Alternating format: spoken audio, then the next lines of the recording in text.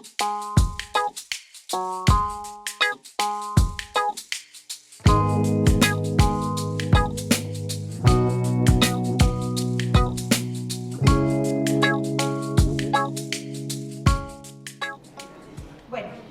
nombre de la editorial Novedades Educativas, les damos la bienvenida a la presentación de este hermoso libro, 7 claves para diseñar proyectos de arte, laboratorio de colores, de Leila Dalefe. Este es el tomo 137 de una colección que hacemos en la editorial Novedades Educativas desde 1998.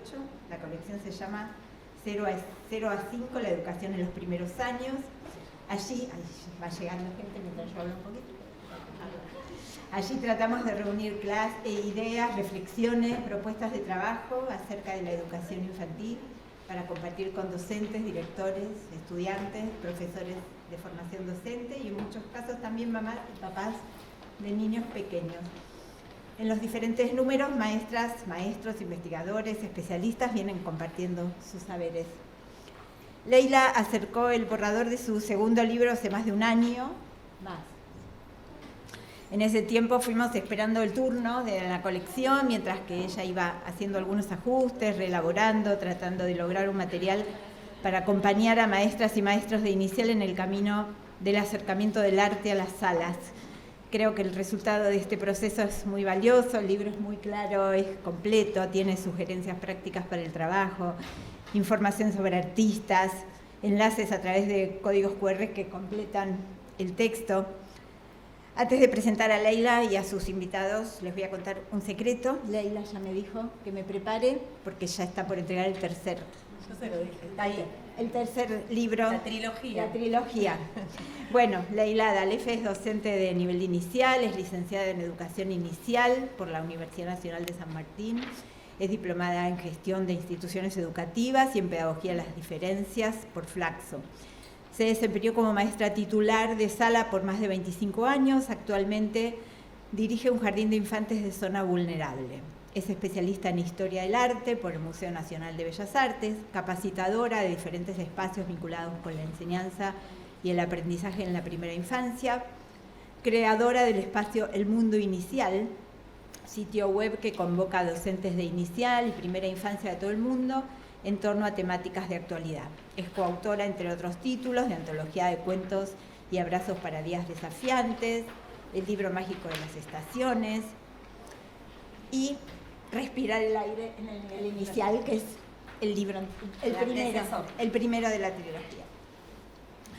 Florencia Sichel es profesora de filosofía por la UBA, se dedica a temas de educación, crianza, maternidad, es coordinadora del área de formación ética y ciudadana en Escuela de Maestros del Ministerio de Educación de la Ciudad de Buenos Aires, es autora de ¿Y vos qué pensás?, viaje filosófico por las ideas, y coautora de Filosofar desde la infancia y perderse en el camino y El filo del amor. Escribe y reflexiona en su newsletter Artas, y en su Instagram, Flor Sichel, se sube al escenario con todas las exigencias del mundo, su unipersonal. Y Manuel Paz es artista plástico, escenógrafo de profesión, ha trabajado en diversos talleres de escultura y escenografía. Desde hace varios años desarrolla su obra como artista en distintas disciplinas como la pintura, el muralismo, la ilustración y la escritura. En su obra trabaja con formas geométricas, construye formas esquemáticas, despojadas, con líneas puras que interactúan entre sí, creando objetos y personajes envueltos en múltiples situaciones. Es en el desarrollo de esas situaciones donde aflora el espíritu lúdico, imprimiendo a la obra un sello distintivo donde el dibujo es la base de la obra. Bueno, ya llegaron todos los invitados, así que pueden...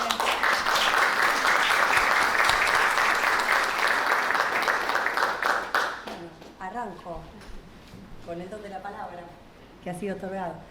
Bueno, qué lindo.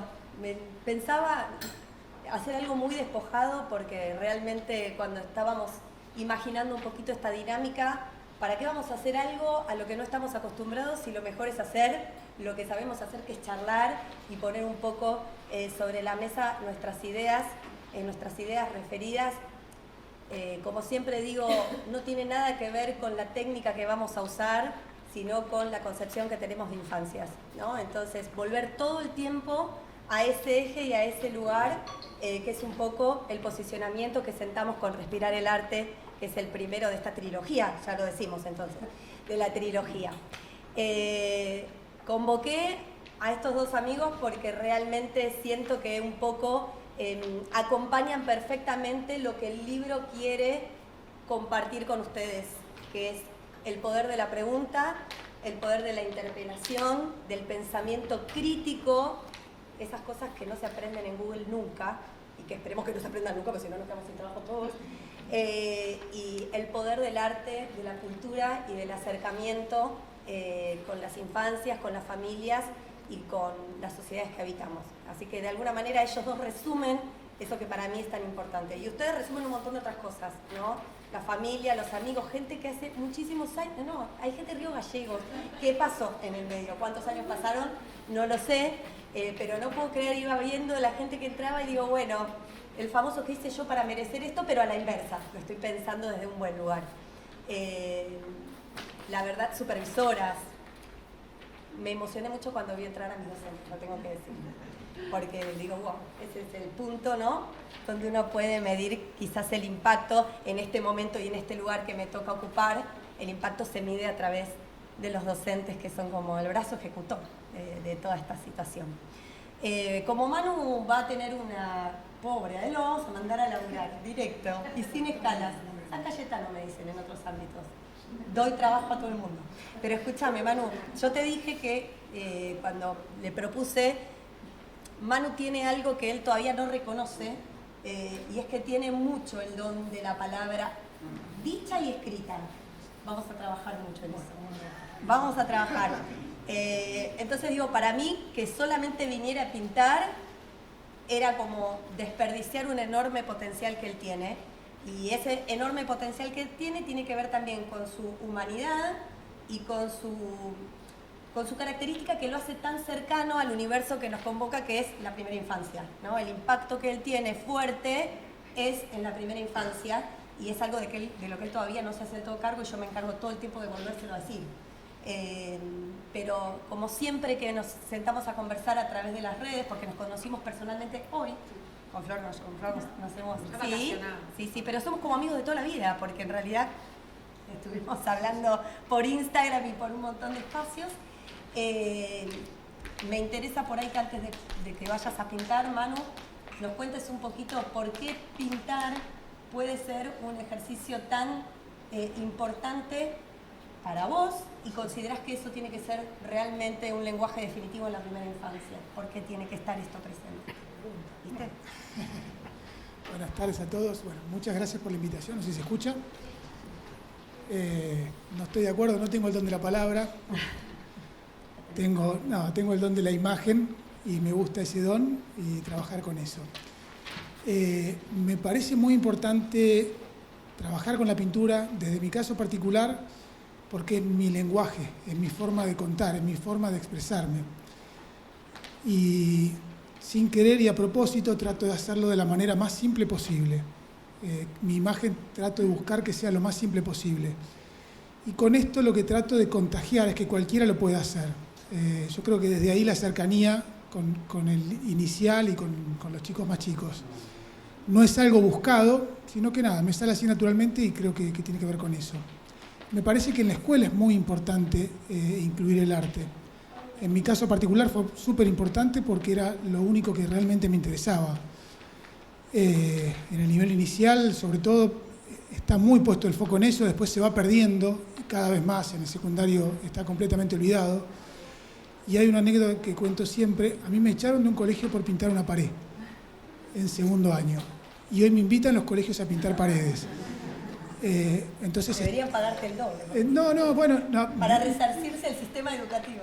A ver, yo no estaba preparado para ese sistema y el sistema no estaba preparado. Yo creo que hay que ir cambiando y en el nivel inicial es el que más rápido está cambiando y el que más rápido se está adaptando a esto. Ojalá que lo transmitan a todo el resto de los niveles. Un poco esto que también hablamos tantas veces cuando nos encontramos a través de las entrevistas por Instagram, este proceso de desacralización del arte, ¿no? Que si nos hubiéramos quedado con ciertas estructuras, por ahí, no sé, renacentistas e incluso de otras épocas, hubiera habido tan pocos artistas reconocidos y de hecho sería como catapultar a nuestros alumnos a la frustración inmediata. O sea, ninguno de ellos podría ser considerado. Es muy importante para mí, yo trato de transmitirlo cuando visito las escuelas, es muy importante hacer hincapié en esto, que nadie dibuja mejor que el otro, que cada uno lo hace a su manera, que es solamente una forma de expresar. Lo comparo con la voz. Yo tengo una voz muy difónica, pero como la necesito para comunicarme, sigo hablando. Entonces, imaginemos un mundo que solamente siguieran dibujando los tipos que son eruditos, que está perfecto. Así como hay gente que tiene una voz hermosa, todos seguimos hablando. Y con el dibujo deberíamos hacer lo mismo, con el arte en general. Me parece que es importante hacer énfasis en eso. Bien. Bueno, Manu, ¿querés? me escapo a dibujar. Gracias, Manu, igual vamos a volver a hablar. Sí, sí. Bueno, Flor, ¿qué charlamos? Ay, pará, voy a agarrar esto. Mientras que no me digas que estás harta hoy. No, hoy no. Hoy vamos a hablar de vos. Bueno, yo leí tu libro, me encantó, y tomé nota de algunas cosas que te quiero preguntar, como para ir introduciendo ahí quizás algunas cosas. Lo primero que me gustó y me conmovió, te diría, es que no empieza en la escuela, sino en la calle, ¿no? Eso me encanta porque somos seres situados, ¿no? Digo, nos pasan cosas, vivimos en un contexto y a veces uno está acostumbrado a leer libros de educación que después cuando uno habla con los docentes dice, bueno, pero esto no es lo que a mí me pasa. Y entonces encontrar a referentes que puedan hablar de lo que pasa en la calle. Vos hablas de la maestría en la calle y de cómo eso que uno naturaliza, y no solo estoy hablando de situaciones vulnerables, digo, la calle como un lugar en el que uno transita muchas veces sin prestarle atención, ¿no? Y un poco, bueno, yo me dedico a la filosofía, la filosofía tiene mucha relación con las infancias, aunque a veces parece que no, porque son los chicos y las chicas los que muchas veces nos hacen prestar atención a cosas que los adultos pasamos de largo, porque estamos apurados, porque estamos corriendo, porque se nos va el colectivo, porque hay que hacer la comida. Bueno, ya me empiezo a deprimir, sino con el horario. Pero un poco la primera pregunta que te quería hacer tenía que ver con esta maestría de la calle. ¿Por qué arrancás con esa imagen que es tan visual, también hablando del arte, lo que quieras así como contar? Mirá, ese escrito, de hecho, es el último que se anexa al libro. No sé si de hecho no lo mandé después. Me pasó un día volviendo, mientras caminaba una nochecita, no me acuerdo de dónde volvía, que vi que había en la calle tirado pedacitos de crayones y lápices, esto que uno permanentemente va renovando y va diciendo, bueno, esto ya este año no. Algunos tenemos algunas acciones, los ponemos en bolsita, hacemos algo, y otros terminan en el tacho de basura en la calle, ¿no? Y de repente me empecé a imaginar y empecé a escribir, digo, bueno, quizás alguien va a utilizar esa herramienta que encontró en la calle para dibujar algo con un lápiz que no está en casa, ¿no? De alguna manera estas cosas se van abriendo camino y con el tiempo, y me hago mucho cargo de esto, estoy como muy reflexiva, quizás tiene que ver con cómo uno va avanzando en la trayectoria de su propia construcción como docente y de construcción, sobre todo como docente. Voy llegando a la conclusión muy polémica de que en la escuela, de una u otra manera, siempre se aprende, ¿no? Que te diría que es casi el efecto lógico ir a la escuela y aprender. Y desde el lugar en el que uno se empieza a parar y a comprometer con esa calle, con ese espacio, con esa sociedad, con esa persona que, no sé, que limpia la sala después que te fuiste, o con ese abuelo que lee una cartelera, empezás a darte cuenta que ese efecto multiplicador y esa proyección es muchísimo más amplia que hacer una planificación para que un alumno aprenda. Es decir, que el alumno aprenda, te diría que es casi el efecto lógico de la escuela, con todos los vaivenes que eso significa y la aceptación de todos los modos de enseñar y aprender que eso significa, ¿sí? después podríamos estar horas hablando de cómo hacer que esa semilla, como siempre digo, se active. Vieron que ahora tomamos todo, si no comes chía hoy, estás fuera del mundo. Pero bueno, ¿qué pasa con la chía? Vos la chía la agarrás, la metés en una ensalada y tiene un valor nutricional recontra importante. Pero si la pones en el fuego un segundito o la hidratas en agua, ¿qué pasa con la chía? Se hidrata, se activa y su valor nutricional aumenta un montón. Entonces, bueno, podríamos empezar pensando en que la escuela debe encargarse de esa activación de la semilla y hacer que eso que es bueno sea todavía superior y superador. Un poco eso es pensar la escuela y pensar la acción y pensar el arte, no solamente desde la escuela, sino abriendo el universo de la calle. Bien, me encanta, no como chía, me quiero morir, así que Bueno, después voy a... activarla. La voy a activar, hoy llego a casa full chía. Otra cosa que me gustó es que vos hablas del disfrute del docente, cosa que a veces también se pierde, digo, porque es entendible, yo soy docente también, digo, tenemos muchos focos de alarma en los que prestar atención, pero vos rescatás algo que tiene que ver con la emoción y con el disfrute como pieza fundamental para cualquier creación. Entonces también quería que, como ir haciendo ahí algún 2 puntos para que te puedas explayar un poco y hablar qué es el disfrute para vos en la docencia, en cómo se juega, por qué te parece tan valioso que haya disfrute. No me dijiste que ibas a hacer esta pregunta, lo hubiera preparado la respuesta. Pero escuchaste, escribiste un libro de eso, yo lo leí. Lo escribí. Bueno, ¿qué es el disfrute? Es muy difícil pensar hoy en día en un disfrute relajado en la escuela. O sea, ¿quién disfruta relajadamente en la escuela hoy? Nadie, ¿no? Entonces también es necesario, y en esto también lo comentaste y lo comentamos siempre, hacer una lectura epocal. No es lo mismo hoy que ayer, y seguramente tampoco va a ser lo mismo mañana, ¿no? Entonces ese disfrute también está vinculado a cómo puedo yo entender las limitaciones que se me plantean y hacer con esas limitaciones mi mejor versión. Esa mejor versión, que en este caso, en el caso en el que estamos hablando, ¿no? En el caso de la disciplina del arte o del disfrute del arte, tiene que ver con la posibilidad de entender que nadie puede transmitir algo si no lo tiene. O sea, no puedo transmitir el amor al arte si a mí desde algún lugar no me convoca. Me pasó una anécdota hace muy poquito, que creo que fue en los 5 años que hace que voy a dar charlas, la única vez que creí que mataba a alguien en serio. ¿No? Lo estoy diciendo literal. Yo no puedo ser políticamente correcta. No, ya dijimos matar. Matar a alguien. Si está en un vivo, se nos hace pic. En realidad, bueno, estoy tratando de explicar lo que me pasó en ese momento. Me pasó que un docente me dice, bueno, pero ¿sabes qué? Yo la verdad es que lo único que quiero hacer es que sigan cortando papelitos y pegando con plástico. No entiendo para qué viniste a dar esta charla, sí me lo estaba diciendo, ¿eh? ¿Para qué viniste a dar esta charla? ¿Por qué es necesario trabajar un artista? ¿Por qué hay que colgar la obra de un artista? Después de hablar 2 horas, o sea, había hablado 2 horas, me vino a hacer esa pregunta. Tremendo, ¿no? Yo quiero seguir haciendo esto. Se plantó. Mientras ella me hablaba, yo pensaba, ¿qué le respondo? ¿No? De manera tal en la cual no suene, con esto quiero matarla, pero sí que puedan volverme a llamar para dar la charla en algún momento. Entonces, volví a la clave de todo esto, que es la primera que utilizo cuando voy a dar charlas y la primera que aparece en el libro anterior, en este y que va a aparecer en todos los que vengan, que tiene que ver con entender la escuela como un lugar de garantía de derecho, en el cual hay ciertas cosas que puedo decidir y otras que deben suceder.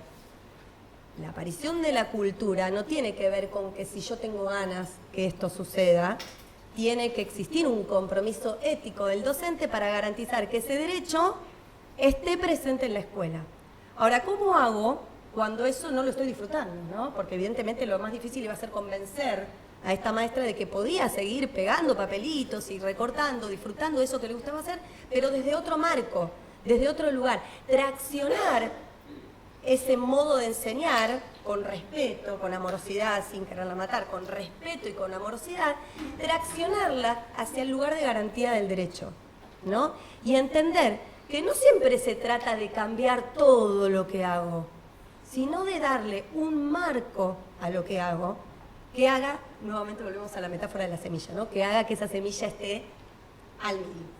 Entonces, por ahí vas a poder seguir pegando y recortando, pero de repente, si eso lo haces en el marco de un proyecto de indagación en donde estás conociendo, no sé, a Vincent Van Gogh, probablemente estés enriqueciendo mucho más esos procesos creativos en la infancia.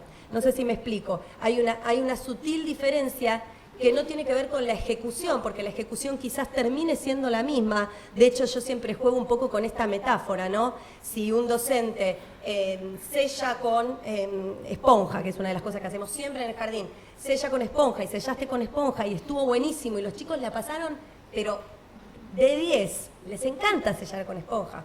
Y colgamos en la pared las producciones de sellado con esponja y enfrente están las producciones de sellado con esponja de una maestra que planificó y que en el medio de su proyecto, no sé, conociendo a Monet, hizo el sellado con esponja. Si ustedes van y la ven, probablemente no haya ninguna diferencia en cuanto a la ejecución. La diferencia es lo que el pibe se va a llevar puesto cuando atraviesa la puerta, que es en definitiva el eje del proyecto educativo, ¿no? Siempre decimos, bueno, ¿cuál es el producto? Preocupadísimos por ese producto, preocupadísimos por el resultado. ¿Cuál es el producto? El producto termina siendo lo que el pibe se va a llevar puesto, no para ese día, no para mañana, para toda la vida, para poder encontrarse con ese yo de producción, de apreciación y de encuentro. Encontrar el disfrute en ese modo de enseñar, te diría que es muy simple, porque una vez que vos te das cuenta lo que sucede en el otro, ese impacto en esa familia que viene y te cuenta lo que su hijo le contó, en ese niño que recuerda lo que vio y porque tiene... Entonces el docente empieza a contagiarse de ese disfrute. Ahí es donde los equipos de gestión tenemos que tener lo que tenemos que tener para acompañar y para hacer que eso suceda, que es un poco lo que la gestión invita, ¿no? A hacer que las cosas sucedan. Acompañar esos procesos, incentivar las capacitaciones, incentivar el encuentro, sacar presiones. Sobre todo esto, sacar presiones. Entiendo que si hoy tenés 30 pibes, de los cuales 10 están necesitando un acompañamiento especial, una ayuda y un sostén diferente, bueno, quizás la presión de hacer 40 cosas en esa semana tiene que salir. Y hacer una y disfrutada tiene que pasar. Me gusta porque pareciera entonces que para que haya disfrute tiene que haber encuentro. O sea, y ese encuentro... y tiene que haber un tiempo propio de las cosas, que a veces para el arte, ¿no? Todo el tiempo luchamos quienes trabajamos en la escuela con eso. No sé si saben, pero escuela en griego viene de escolé, que significa tiempo libre. Es increíble que la escuela signifique tiempo libre. Yo se lo cuento a los chicos y es como que me miran como si estuviera diciendo un delirio. Sin embargo, algo de eso hay que recuperar, hay que devolverle. Yo pienso, estamos en una época en la que se le pega mucho al sistema educativo, yo igual siempre lo voy a defender, porque da un tiempo propio, da un tiempo que no es reproductivo, por más de que todo el tiempo nos vuelven, estamos corriendo, me parece que somos los docentes los que tenemos que luchar contra el propio tiempo y contra el reloj y poder decir, esto lo defiendo, para en ese espacio empezar a generar esto que vos hablas tanto. Otra cosa que me gustó, que por eso también te quería preguntar, era la figura de los planificadores Michelin. En esto de, hacías tú una metáfora con la comida, sé que te gusta cocinar también. Nosotros estamos cambiando nuestra forma de planificar y de hacer, ¿no? Yerba, azúcar, polenta, arroz. ¿Y quién era la mejor maestra jardinera? La que hacía la carpetota así, ¿no? ¿Cómo defendés esta modalidad de proyecto que a veces no está tan estandarizada, sí, ¿no? Yo creo que si vos sos capaz de sentar este posicionamiento antes, cuando comienza el año, te voy a dar un ejemplo ahora, pero esto es importante, es menos probable que eso ocurra.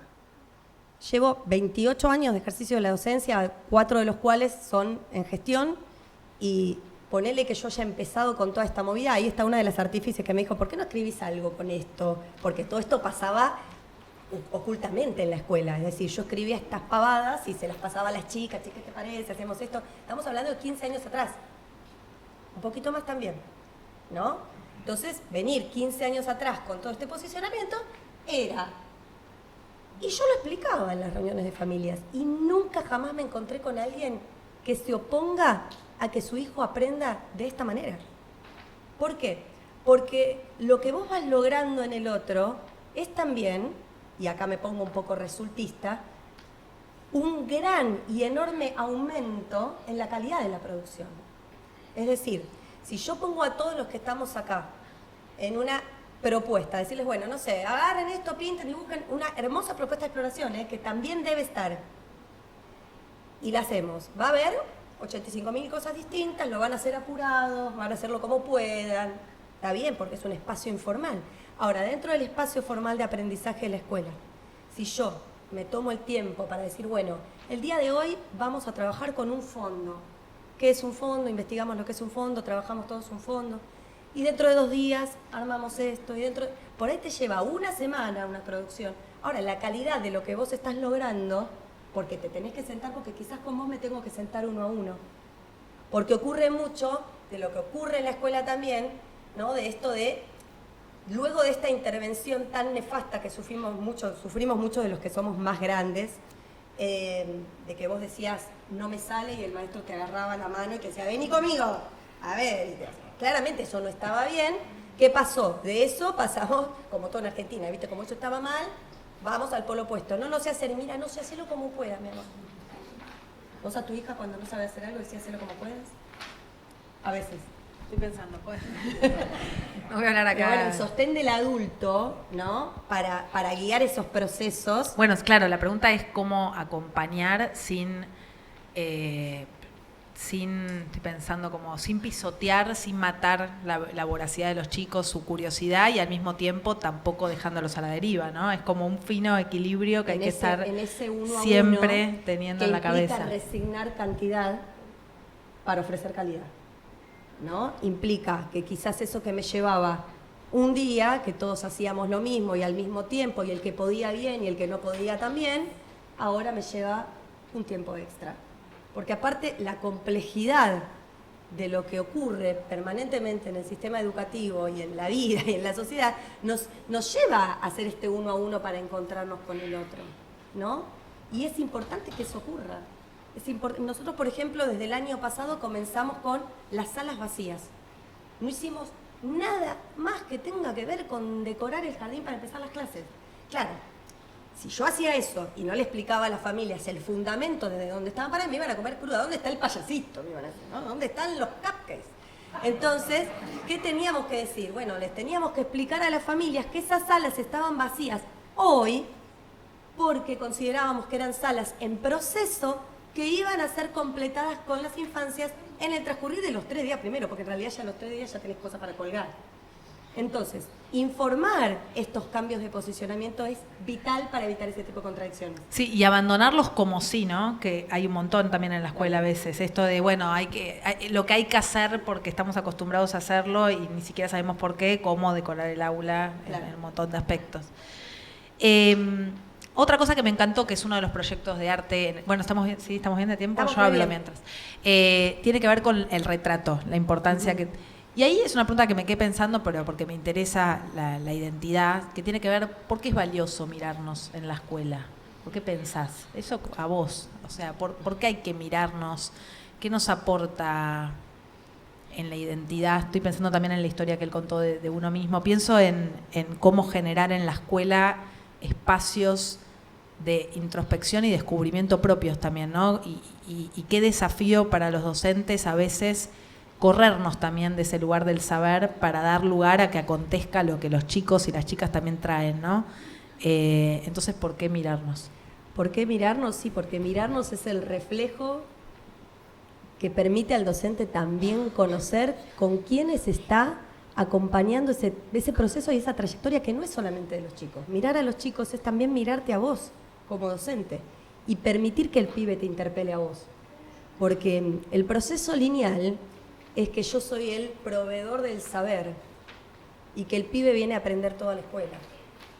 El abrir la puerta a quién es el otro es entender que yo también tengo que aprender del otro. En ese aprender del otro, los omnipotentes, que acá hay un montón, los tengo a todos identificados. Ahí hay una docente que también escribió, Antonella, escribió unas líneas en este libro, y en el tercero hay de otras, ¿sí? No, para que sepa la editorial, solamente, a modo comunicativo. Los omnipotentes nos encontramos con que ver al otro también implica reconocer al otro en su máxima autonomía, en lo que trae que no siempre tiene que ver con lo que yo traigo. Por ejemplo, esto que cuenta Manuel, ¿no? Cómo es ubicado alguien en ese sistema de manera tal en la que pueda ser reconocido su propio interés. Y el retrato es una parte muy importante en la medida en la que demos lugar a esa identidad, si no es solamente aprender figura humana. Y también está bien. Es importantísimo reconocer que hay muchos caminos y que todos conducen a Roma, por decirlo de alguna manera. Que todos esos caminos son importantes. ¿Por qué el libro plantea cosas tan, desde el punto de vista práctico, tan importante para los docentes? Porque no nos deja abandonados. Porque en el respirar el arte encontramos un posicionamiento y en el 7 claves encontramos un, bueno, ¿cómo podemos hacer para que ese posicionamiento esté garantizado dentro de la escuela? Cuenta, vamos a hacer chivo, ya estamos, cuenta con, cada clave tiene un código QR de capacitación, en donde con el código QR se van directo al video explicativo. Me van a tener que escuchar un poquito más, no más que eso. Y en eso también reconocemos que en la actualidad, por ejemplo, si yo te digo que el 60% de los pibes no saben agarrar un lápiz, ¿no? Entonces yo puedo tener excelentes ideas para expandir el arte dentro de lo que es la sala, pero me encuentro con que te digo, bueno, escúchame, vamos a aprender a dibujar, nos vamos a dibujar, nos vemos, mirate el espejo, una de las propuestas clásicas que hacemos en el nivel inicial, y te doy un lápiz y vos haces esto. Entonces, reconocer la garantía del derecho implica que yo también tengo que encargarme de que suceda esto, antes de que suceda lo otro. No sé si me explico. Y reconocer la potestad del docente sobre esto, es decir, bueno, necesito proyectar y planificar ciertas cosas para que puedan darse otras, para que pueda tener libertad para retratarse, para mirarse. Y en este retratarse y mirarse hay una contrarregla absoluta en los dos libros, y lo habrá en el tercero también, que es esto, ¿no?, que está tan presente en el arte a veces, de mirar y de pensar qué me quiso decir el artista o qué quiero decir yo. Aprender también en el silencio a mirarte y a mirar al otro, ¿no? Y poder retratar al otro en silencio, poder también poner palabras cuando es necesario, pero sin que esté todo el tiempo el gran defecto que tenemos los docentes, que no toleramos el silencio en la sala, no lo tolerábamos recién nosotras. Entonces, ¿y qué ves? ¿Y qué colores uso? ¿Y cómo lo haríamos? ¿Y qué le pondrías? ¿No? Tú. El silencio. Hay muchos avances en torno a esto, los veo en los jardines, los veo en mi propio jardín. Veo la música sonar, veo las paredes llenas de obras de arte y veo silencios. Y veo silencios también al momento de mirarte en un espejo. Entonces, que el retrato aparezca es importante desde el momento en el que me permite encontrarme y encontrar con otro. Es importante también reconocer en esta trayectoria que nutrir balanceadamente de estilos lo que nosotros planificamos en la sala es garantizar también el derecho. Manuel tiene un estilo absolutamente despojado con el cual los chicos se sienten muy identificados. Esto que él dijo que es base, yo también lo podría hacer. O sea, un pibe lo ve y dice, che, wow, yo también me puedo retratar así. Ahora ponerle la Mona Lisa y decirle, mirá, hacelo como Da Vinci, ¿no? Claro, se frustra. Sin embargo, ¿quién podría desconocer que es importante el contenido cultural de Leonardo da Vinci dentro de la escuela? Ese balance que habitualmente tiene que aparecer entre lo clásico y la vanguardia, lo anterior y lo contemporáneo, esas son las decisiones que hay que tomar en febrero. No las podés tomar sobre la marcha, y los detractores de los proyectos anuales dicen, bueno, pero en febrero no conoces al pibe. Bueno, yo no te estoy diciendo que no lo cambies a lo largo del año. Te estoy diciendo que establezcas una línea hacia la cual querés ir y que después agarres una virome roja y lo reescribas con rojo, si es necesario, para decir, che, acá no va, esto no lo pude hacer, voy a hacer esto. Y no lo corrijas para entregarlo a dirección, entregalo con rojo, ¿sí? Entonces, ese balance, yo me recontra voy, agarro para meditar. No, está re bien. ¿Estoy bien? Perfecta. ¿Vos No, se me traeme de vino. los pelos, Tengo algo ¿no? más. Quiero ver. Pasa que quiero también quiero ver si estamos bien, porque quiero Sí, que haya estamos preguntas. bien, Estamos bien. No, hay una frase que traje, pero que va. No, Manu. No está bien. Que va muy en la línea de lo que decís, que es de María Zambrano, que es una educadora y filósofa española, que ella dice que no tener maestro es no tener a quien preguntar, y más hondamente todavía no tener ante quién preguntarse. Y esa es una frase que me gusta porque entonces tener maestro es tener la posibilidad de hacerse preguntas y que muchas veces tener maestro también es la posibilidad de que ese chico o esa chica se haga una pregunta por primera vez y que no siempre esa pregunta está esperando una respuesta por parte del docente, ¿no? Me parece que lo que a veces un docente habilita, que es lo que la escuela habilita, es la posibilidad de, ¿no? De que haya un espacio para preguntas, para que haya un espacio para mirarnos, ¿no? Tiene que ver con eso que vos traes. Yo pienso que también eso a veces puede angustiar y que quizás, no sé qué pensás vos, pero que no le tenemos que tener tanto miedo como docentes a la posibilidad de una angustia, que angustia no es ni depresión ni ponerse a llorar. Angustia tiene que ver, por lo menos en filosofía, con la posibilidad de pensarse, ¿no? Y en una época que todo el tiempo quiere traducir cada emoción con un color y de cómo... Hay una que dice así, yo te entiendo, sí, nos reentendemos porque nos está pasando esto en esta época. A veces no saber qué pensamos, a veces no saber qué nos gusta, a veces no saber cómo pintar. Es mi gran trauma de la infancia pintar. Tipo, ahora lo acabo de pensar mientras escuché a ustedes, porque siento que siempre pinté mal. Y ahora él dijo, no hay que decir pintar mal, así que ahora me voy pensando en que quizás podría haber sido pintor. Pero digo, hay algo del ensayo, me parece que en el nivel inicial es tan valioso, ¿no? El error, el equivocarse, el aprender, el jugar, ¿no? Que es fundamental también y que está muy conectado con el disfrute. Y que si tuviéramos otra relación con esto, con el error, con el aprendizaje, creo que las cosas serían un poco más livianas, ¿no? Cosa que eso después vamos creciendo y es como cada vez peor. Sí, habilitar esos espacios de pregunta. El otro día tuvimos una charla con Ruth Harf, gran escritora también de la editorial, y bueno, como es una maestra claramente, armó como una clase alrededor de una botella a la cual había que preguntarle cosas. O sea, le preguntó, dice, bueno, pensemos en qué le puede preguntar un niño a una botella. Y yo la miré, digo, no, y surgieron como 45 preguntas que alguien le puede hacer a una botella. Agarró su botella, le evité, que tenía acá y dijo, bueno, pensemos esto. Digo, bueno, para que la pregunta aparezca tiene que estar la posibilidad de preguntar, claramente. Sí rescato que en el arte, sobre todo, calculo que en general, pero en el arte sobre todo, el docente tiene que tener un acervo cultural del cual debe valerse al momento de plantarse y enseñar arte y cultura dentro de la escuela. Y que no consumamos tanto redes, me incluyo, sino que seamos capaces de hacernos de nuestra propia experiencia lectora e indagadora. La pregunta en arte es un gran tema. ¿Qué le pregunto al arte? ¿Qué le pregunto a un cuadro? Cuando estábamos acostumbrados a preguntarle al cuadro qué estaba pensando el artista cuando lo pintó, siempre pongo el mismo ejemplo, qué estaba pensando García Márquez cuando... Y qué sé yo lo que estaba pensando, ¿no? Ojalá yo estuviera en el cerebro de García Márquez. ¿Qué estás pensando mientras estás haciendo eso? Ni idea. Se va. Pero quizás es un poco injusto pensar que alguien el día de mañana pueda suponer, o peor que suponer, pues suponer no estaría del todo mal.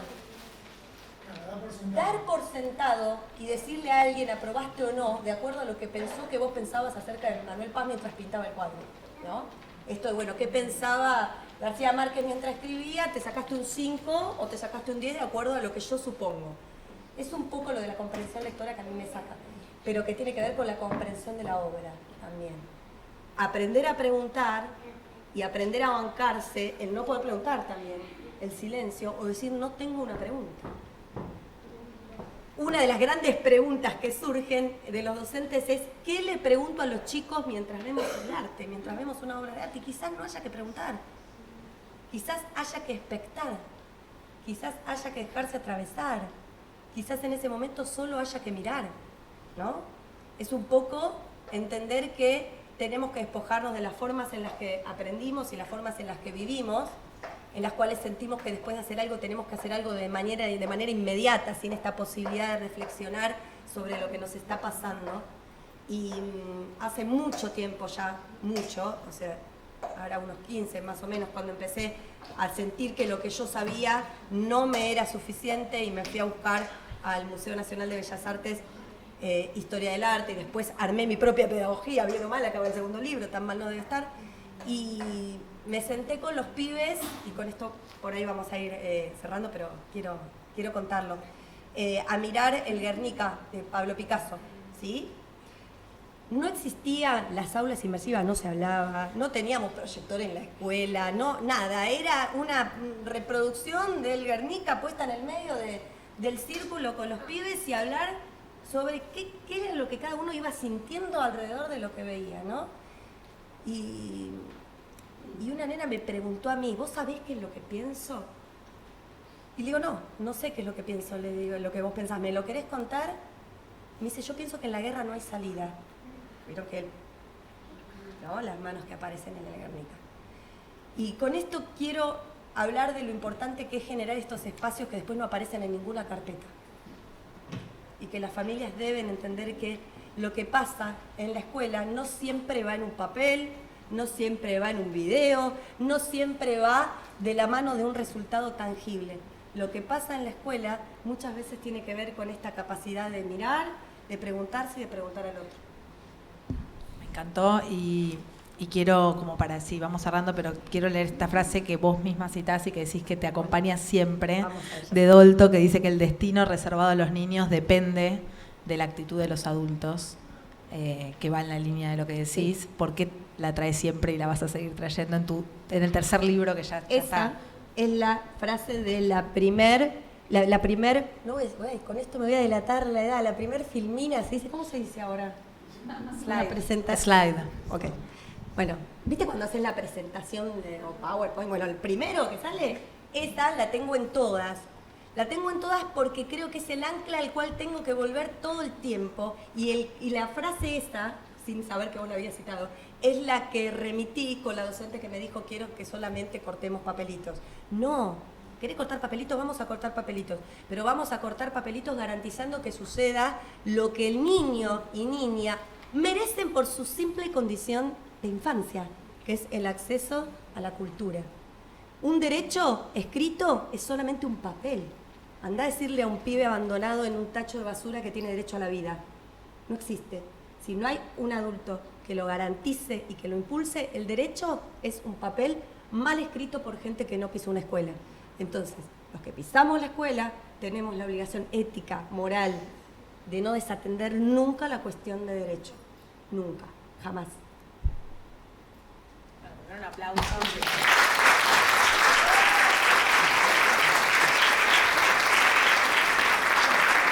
Y la escuela. Manu, contanos qué hiciste. Si te contara qué hice... Porque, soy esclava de mis palabras. Ahora vamos a jugar cada uno a adivinar. Lo contás a través de la pintura.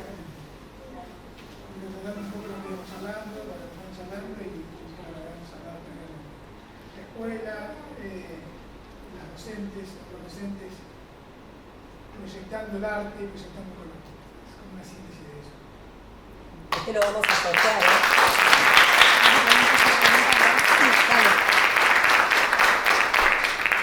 La idea ahora es, si alguien tiene alguna pregunta para hacerle a Ley, ya sea del proceso de escritura, de lo que quieran, la tienen acá, de chía, de lo que sea. También puedo responder sobre cosas. Ella sabe cocinar, así que lo que quieran es el momento.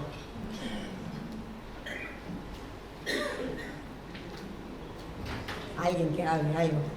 Ahí está, dale. Yo tengo, todas las experiencias de artes visuales o plásticas, depende, como ámbitos de diseños culturales, se van mencionando de una manera distinta, soy docente de nivel inicial, casi recibida en un mes. Valiente. Sí. Bien. Entonces, quería consultarte cómo salir de esta consigna de presento un artista, presento alguna técnica, algo que me lleve, pero sin decir copiemos esto, ¿no? Como más a la idea de inspiración o cómo plantearlo, sobre todo en el contenido de producción para los chicos. Vos dijiste dos cosas muy importantes. La primera, hablaste de los diseños curriculares y por supuesto es muy difícil universalizar cuando somos un país federal y cuando las políticas educativas cambian cada 2 minutos. La mejor forma de universalizar eso es esto, es volver todo el tiempo al eje derecho, ¿no? Eso es fundamental. Si nosotros nos movemos alrededor del eje derecho, no hay ningún contenido que nos pueda hacer sombra. Es decir, se lo vamos a poder pelear todo el tiempo al sistema. Eso. Hay 5, ahora me entró la duda si están en este libro o en el tercero. Ay, espera, bueno, no importa, igual, están en Instagram. Hay 5 variables que yo propongo para que ninguna observación resulte en copia. ¿Sí? Te resumo algunas, porque no sé si me voy a acordar todas, pero por ejemplo, si vos estás observando una obra y a tus alumnos les das exactamente los mismos colores, las mismas características, todo para que eso suceda de la misma forma, lo más probable es que los chicos intenten que eso se reproduzca. Entonces, yo puse como ejemplo el Guernica, ¿viste? Bueno, que el Guernica está pintado en blanco, negro, gris. ¿Qué pasaría si propongo hacer un Guernica que en lugar de ser Guernica sea el contra Guernica y sea por la paz en lugar de por la guerra, que sea fluo en lugar de blanco y negro, ¿sí? Que la producción retome de alguna manera la capacidad de reinterpretar la obra desde un lugar personal e incluso colectivo. Otra de las variables que tiene que ver con lo colectivo es que una obra individual, como puede ser la de un artista, sea transformada en una obra grupal. Cuando hablamos de grupos, hablamos de distintos tipos de agrupamiento, ¿no? Trabajo en parejas, trabajo en pequeños grupos, trabajo en grupo total, trabajo con la familia. Otra de las formas, que para mí es una de las más ricas, que tiene que ver con lo ficcional, con la posibilidad de juntar estos universos tan afines como son la literatura y el arte, ¿no? Y trabajar con lo que nosotros suponemos que puede pasar en una obra. Por ejemplo, si yo tomara la obra de Manuel Paz y dijera, bueno chicos, vamos a abordar a Manuel Paz, lo vamos a conocer, lo primero que vamos a hacer es hacer un recorte de su vida, porque tienen 5 años, 2, 3, no se van a acordar todo, lo que contó Silvi no tienen por qué saber tantas cosas. Lo vamos a abordar, lo conocemos, después nos ponemos a observar, a expectar, a ver sus obras, y de repente quizás cambiamos los colores como para hacer un cambio. En lugar de que sea una obra individual, hacemos un mural. Otra que para mí es hermosa, en lugar de que sean 2 dimensiones, la hacemos en 3. Entonces yo agarraría una caja e interpretaría cómo es mi escuela en mi barrio, en ese lugar, armaría mi escuela, armaría las personitas, las ubicaría, armaría la bandera, usaría tela porque ya que está, ponemos un poco de textura. Entonces me inspiré y lo llevé al plano de las 3 dimensiones. Esto vale al revés. Si estoy observando una escultura, llevarla al plano de las 2 dimensiones, ya la saca de la copia. Y después tenemos la posibilidad de esto de lo ficcional que te decía, bueno, ¿qué historia se teje detrás de la obra de Manuel Paz? ¿Quiénes son? ¿Cómo se llaman los personajes? ¿Qué están haciendo? Escribimos una historia, ilustramos un cuento y armamos un libro entre todos. Entonces esa obra se transformó en un libro. Y de ninguna manera usé la obra como tratemos de hacer todo lo que hizo Manu. Un poquito. Muchas gracias. No, por favor. Gracias. Gracias. Sí. Ay, Dani, espera que Dani quiere hacer una pregunta. Sí. No sé si vino Sol. Sí. ¿Dónde está? Ay, Valen, ¿no? Valentina, vení, te lo pido por favor.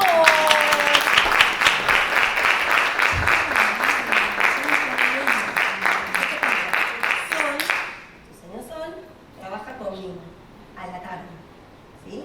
Y ella me mostró las cosas hermosas que hacían, y dentro de las cosas hermosas que hacían estaba tu foto, y tu foto gustó muchísimo en la editorial, y por eso está en la portada del libro. Y hay un libro para vos, que después te lo vas a llevar a tu casa. Hermoso, un aplauso para ella. ¿Se queda conmigo acá? ¿Sí? Dani Brailovsky, ¿querías hacer una pregunta? No, pensaba en que una pregunta que tal vez el libro responde, no lo leí todavía entero, y es ¿qué cruces te imaginás, virtuosos o no, entre el trabajo desde hacia el arte y lo digital, la tecnología digital, etcétera? Que es un cruce interesante y también un poquito áspero, entonces quería conocer. Sí, ahora sí me acuerdo que eso está en el tercero. Eso sí, está en el tercero muy fuertemente desarrollado a través de las aulas inmersivas, ¿sí? Y como quizás la presencia de la tecnología facilita esta posibilidad de sentirse en el medio de la obra, y al momento de crear, que quizás también es hacia dónde vas, la posibilidad de tener recursos para poder hacer creaciones virtuales está buenísimo. Lo que tenemos que ver ahí es cuántas escuelas pueden, por ejemplo, acceder a una tablet para poder crear digitalmente. Hay mucho hoy que se puede hacer, mucho desde el punto de vista de trabajos con diferentes programas en términos de creación. Si el Plan Sarmiento estuviera para todos estaría genial, ¿no? Estaría genial, que estaría para todos, y si no, la presencia de lo tecnológico desde el punto de vista de la inmersión es un buen eje que nos permite. La mayoría de las escuelas podemos compensar un poco lo tecnológico con lo táctil, armando rincones que no solamente tengan que ver con una proyección, sino con lugares para vivir, ¿no? Para vivir ese poquito del arte. Gracias.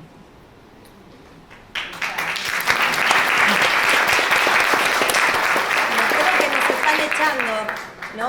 Sí, nos están echando, ¿no? Nos están invitando a retirar. Un minuto me queda. Si alguien quiere decir algo, es un minuto y ya estamos. Nos tenemos que ir. Esa cinta es de François Dolto. Sí. Sí.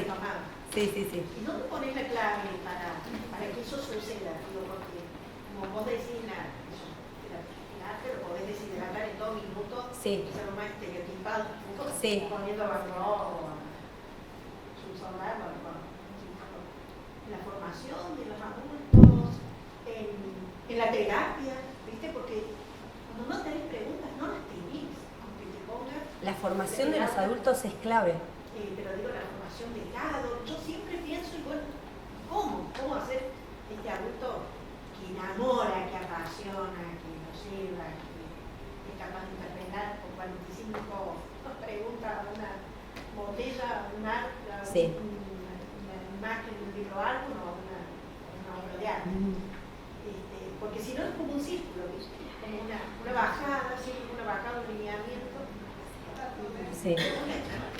El camino de la pasión es un camino también muy personal, ¿sí? Uno puede, desde el lugar que ocupa, lo digo con conocimiento de causa, porque cuando yo empecé a apasionarme con esto, era una docente de sala que apasionó a sus otros, ¿no? Y que terminó siendo de eso una página web, unos libros, ¿no? Esa pasión que puede ser contagiosa. Clave para mí son realmente, no lo digo porque hoy me toque atravesar, pero clave para mí en la escuela son los equipos de gestión para que estas cosas sucedan, ¿sí? Que faciliten espacios de formación, que alienten a despojarse de estas miradas del resultado inmediato como avalando lo que sucede o lo que no sucede en la escuela, que garanticen que ese acercamiento sea desde lo cultural y no desde el resultado mismo. Hay muchísima tela para cortar sobre esto. Me animo a decir que el nivel inicial siempre va como a la vanguardia, por eso el primer libro se llama La vanguardia con las infancias, va muy a la vanguardia porque es un nivel que siempre se va preguntando si lo que sucede está bien o si podemos hacer algo más, ¿sí? Y en esto creo que es una pregunta muy buena la que vos hiciste, pero creo que en realidad la pasión siempre termina siendo un camino de elección personal, contagiado o no por otros. Sí, como todo terreno, hay terreno fértil y terreno infértil, ¿no? O sea, como todo en la vida. Pero es importante reconocer que para que la pasión suceda en un jardín hay equipos directivos que deben ser apasionados y equipos docentes que deben dejarse también contagiar por esa pasión, colegas que se deben apasionar mutuamente y yo a veces me admiro cuando veo el chat de mis maestras cómo se van cebando entre ellas, ¿viste? Digo, pero ¿hasta cuándo van a querer trabajar hasta febrero? Porque se ceban, mandan cosas. Digo, qué maravilla cuando entre colegas nos apasionamos juntos. Ese es el momento en el que ocurre la magia y el momento en el que se garantiza el derecho. Si no hay entusiasmo, no hay pasión, y es muy difícilmente pasa. Pero bueno. Sí. Yo no te voy a hacer una pregunta, solamente te voy a decir, vos hablaste de pasión y de cuando te empezaste a apasionar, yo te conocí en ese tiempo, cuando tal vez todo esto era nada más que un proyecto. Le estaba contando a la persona que vino conmigo que vos transformaste un espacio en la escuela donde nos conocimos, que fue la biblioteca, y ella hizo de la biblioteca, estoy muy emocionada realmente, un espacio de acogida donde los chicos querían ir, los chicos lo redescubrieron, y me da mucha felicidad cuánto en este tiempo que no nos hemos visto te has cultivado el fruto que estás dando y sobre todo cuando estás inspirando a otros.